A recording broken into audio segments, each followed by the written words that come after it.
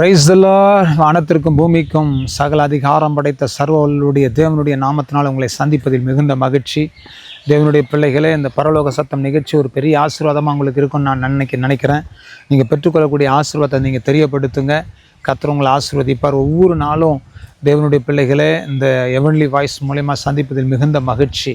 கர்த்தர் உங்களை கனப்படுத்தட்டும். கர்த்தர் உங்கள் வாழ்க்கையில் அற்புத அடையாளங்களை கர்த்தர் செய்து கர்த்தர் உங்களை வழிநடத்தட்டும். நம்முடைய தேவனை துதிப்பதும் ஆராதிப்பதும் அவரை கொண்டாடுவதும் நமக்கு கிடைத்த ஒரு பெரிய ஆசீர்வாதம். பைபிளில் ஒரு வசனம் இருக்கிறது பாருங்க. சங்கீதம் 150வது சங்கீதம் 3ஆம் வசனத்தை வாசிக்கிறேன். எக்கால தொனியோடு அவரை துதியுங்கள், வீணையோடும் சுரமண்டலத்தோடும் அவரை துதியுங்கள். தேவனுடைய பிள்ளைகளே, அவரை துதியுங்கள். எக்கால தொனியோடு அவரை துதியுங்கள், வீணையோடும் சுரமண்டலத்தோடும் அவரை துதியுங்கள் என்று வசனம் சொல்லுகிறது. ஆண்டவரை துதிக்கிறது தாங்க நமக்கு கிடைத்த ஒரு பெரிய பாக்கியம். கர்த்தரை துதிப்பதே நமக்கு ஒரு பெரிய சந்தோஷம். ஆண்டவர் துதிங்க, ஆண்டவர் மையப்படுத்துங்க. அதான் சொல்கிறேன், எக்கால துணியோடு நல்ல ஆரவாரத்தோடு கர்த்தருடைய நாமத்தை மையப்படுத்தி கர்த்தரை உயர்த்தி எக்கால சத்தம் போல ஆண்டவரை வாய்களை திறந்து ஆராதித்து துதித்து அவரை கொண்டாடி அவருடைய நாமத்தை உயர்த்த ஆரம்பிச்சிங்கன்னா கர்த்தர் உங்களை ஆசீர்வதித்து உங்களை கனப்படுத்துவார். அதான் வசனம் சொல்லுகிறது, வீணையோடும் சுரமண்டலத்தோடும் அவரை துதியுங்கள். தேவனுடைய பிள்ளைகளை அவரை துதிப்பது எப்படி துதிக்கணும்னே நம்ம அதை அளவிட முடியாது. அப்படி துதிக்க ஆரம்பிக்கணும். வீணையோட சுரமண்டலத்தோடும் நடனம் ஆடி கர்த்தரை துதித்து பாடி அவருடைய நாமத்தை உயர்த்தி அவரை கொண்டாட ஆரம்பிங்க.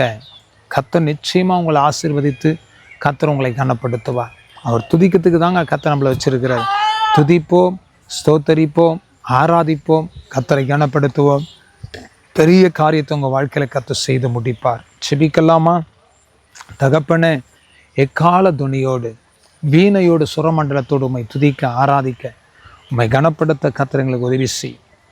ஒவ்வொரு நாளும் உடைய சமத்தில் ஆராதனை செய்ய, உம்மோடு கூட உறவாட, உம்மோடு கூட நடக்க, உமக்காக எழும்பி பிரகாசிக்க கர்த்தர் உதவி செய்யுங்க. எல்லா தடைகளையும் உடைத்து போடுங்க சாமி. ஹல்லேலூயா.